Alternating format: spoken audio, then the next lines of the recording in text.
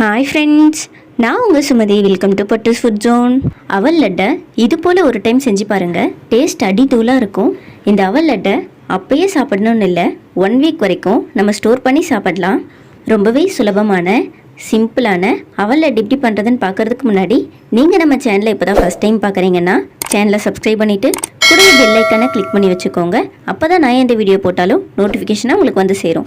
வாங்க வீடியோக்குள்ளே போகலாம். அவல் லட்டு பண்ணுறதுக்கு 1 கப் அளவு சிகப்பு அவல் நான் எடுத்திருக்கேன். அடுப்பு மீடியம் ஃப்ளேம்லேயே வச்சு அவல் நல்லா ரோஸ்ட் ஆகிற அளவுக்கு வறுத்துக்கலாம். சிகப்பு அவல் தான் யூஸ் பண்ணணும்னு இல்லை, உங்ககிட்ட வெள்ளை அவல் இருந்தால் கூட இதே மெத்தடை ஃபாலோ பண்ணி லட்டு ரெடி பண்ணிக்கோங்க. கலர் மாறுற அளவுக்கு ரோஸ்ட் பண்ண வேண்டாம். 2 நிமிஷத்துக்கு மீடியம் ஃப்ளேம்லேயே வச்சு அவலை வறுத்துக்கலாம். அவல் சூடானா மட்டும் போதும். இதை ஒரு பிளேட்டில் கொட்டி ஆற வச்சிடலாம். அதே பேனில் 1/2 கப் அளவு கட் பண்ண தேங்காய் சேர்த்துடலாம். தேங்காவை உங்கள் டேஸ்ட்டுக்கு ஏற்ற போல் 1/2 கப்லேருந்து 1/2 கப் வரைக்கும் நீங்கள் சேர்த்துக்கலாம். தேங்காவும் லைட்டாக வறுந்து வந்தால் போதும், கலர் மாறணுன்ற அவசியம் இல்லை. ஒரு அளவுக்கு தேங்காவில் இருக்க ஈரப்பதம் எல்லாம் குறைஞ்சதும் நம்ம இதை வெளியே எடுத்துடலாம். இதையும் ஒரு பிளேட்டில் கொட்டி ஆற வச்சிடலாம். அதே பேனில் 1/2 கப் அளவு வறுக்காத வேர்க்கடலை சேர்த்துக்கலாம்.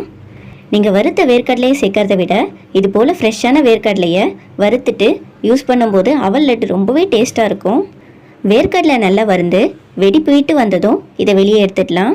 இதுவும் ஆறட்டும். இப்போ ஒரு மிக்சி ஜாரில் நம்ம வறுத்து வச்ச அவலை சேர்த்துடலாம். அவலை கொஞ்சம் கொரகொரப்பாக இந்த அளவுக்கு அரைச்சி எடுத்துக்கலாம். ஜாரில் நம்ம வறுத்து வச்சுருக்க தேங்காவை சேர்த்துக்கலாம். தேங்காவை ஒரே ஃப்ளோவில் அரைக்க வேண்டாம், எண்ணெய் பிரிய ஆரம்பிச்சிடும். பல்ஸ் மூடில் அரைச்சிக்கோங்க. தேங்காவை பூ போல் இந்த அளவுக்கு அரைச்சிருக்கணும். அதே ஜாரில் நம்ம வறுத்து வச்சுருக்க வேர்க்கடலையை சேர்த்துக்கலாம். வேர்க்கடலையில் இருக்க தோல் ஃபுல்லாக போகணும்னு அவசியம் இல்லை, நீங்கள் தோலோட கூட சேர்த்துக்கலாம். எந்த கப்பில் வேர்க்கடலை அளந்தீங்களோ அதே கப்பால் 1 கப் வெல்லம் சேர்த்துக்கலாம். இதையும் பவுடர் பண்ணி எடுத்துக்கலாம். ஒரு பவுலில் நம்ம அரைச்சி வச்ச அவலை சேர்த்துடலாம். கொஞ்சம் அகலமான பவுலாக எடுத்துக்கோங்க, அப்போ தான் நம்ம மிக்ஸ் பண்ணுறதுக்கு கரெக்டாக இருக்கும். கூடவே அரைச்சி வச்ச தேங்காய் சேர்த்துடலாம்.